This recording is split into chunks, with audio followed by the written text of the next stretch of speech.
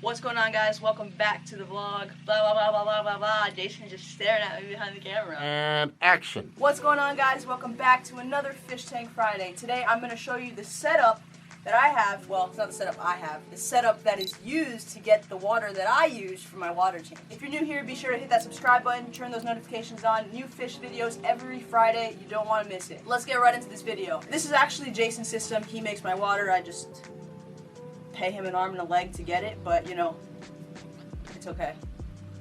It's a story for another time. This setup is from Bulk Reef Supply. It's the 75-gallon 6-stage filtration system. Comes with pretty much everything you need, except we've got this bucket.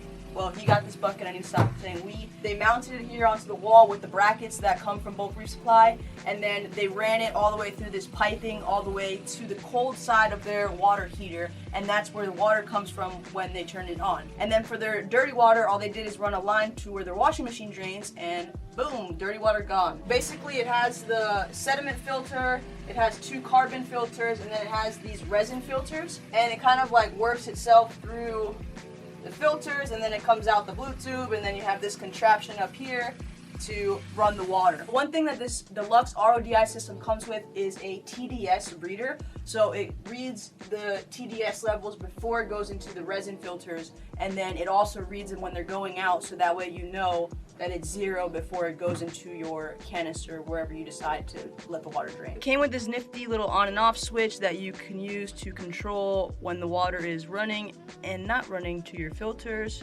so that's a plus. Once the water is on, you'll see this gauge here that should, over here it reads about like 55. Yeah, like 50, 55. That's where this one reads. It also has a filter that Jason says he doesn't use, so. Flush. A filter flush? The flush. Filter Just a flush. Just a flush. Just a flush. Okay, there's a flush. He doesn't use it, but if that's something you're looking for, I'm not sure what it does, but it has one. So that's good. Although Jason doesn't use this flush that comes with it, he does flush the system in a different way. I just saw him open the washing machine. I've never seen him do this before. So this is how he flushes the system. So what I do is just open the valve and turn that on, and then I hit my TDS meter. There's clothes in there. So you do this all the way until it's reading 0? That's the numbers coming in. You can flip it here. It's coming out now. So it's 0. So that means it's flushed? So it's good to go. While it's running, you can see the water kind of dripping through this system here. Once it's on and it runs through all this cool stuff, it usually comes with just this blue line here, but they added this little cool nozzle here to do that. And into the big bucket it goes. There's a little bit of water in there right now. Hold on, let me get this. The RO goes in this little 5-gallon bucket, and this is about as fast as the water comes out. It seems kind of fast, but when you're filling up like 75 gallons, it's kind of slow. It takes 6. This is 35 gallons and it takes 6.5 hours. Jason said it takes about 1 hour and 5 minutes to fill this 5-gallon bucket. It takes about 6.5 hours to fill this 35-gallon bucket. So that's why I pay the big bucks for the water, right?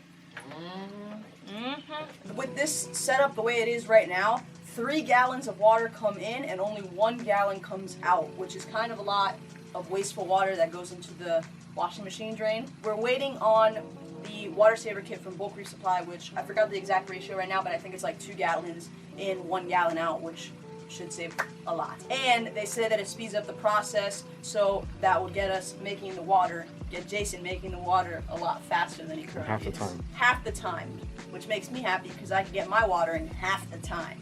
One thing you want to do is make sure when you fill up your bucket or whatever it is you're filling up, to put a timer on your phone, on your oven, on something, because there is just too many stories and videos and photos of people overflowing their RODI systems. Like Jason says he sets a timer and he somehow still overflows it almost every time. Not bad, but he always, I don't know. Sometimes I forget to set the timer. Oh, he didn't tell me that part. Or another option is you could just get a float switch, which why haven't you done that? It's just the easy option. How much is that? 20, 30 bucks, I don't want to. Thumbnail! Oh, that's actually perfect. It drops in the bucket. Okay. Although it's in a Red Sea bucket, we use Fritz. It's just the container is easier for maneuvering. So once you got your system set up, flush it, you do all that good stuff, you're ready to you're ready to go. Turn on your water, you set your timer for 6 hours, let's be safe. You come back and your water is gonna be in this bucket. It's about right here when we come back. We put 2 pumps in the bottom here to, mix up the water and going around like that. Once you have your pumps running, you're going to want to slowly add the salt in. 7 red Solo cups gets that amount of water, which is,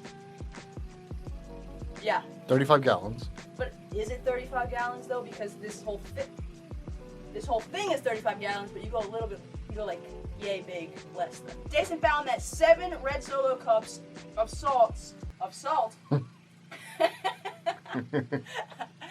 cups of salt get the 35 gallons of RODI water. Finally, I got it to 35 ppt. So once all the salt is mixed, your pumps are going.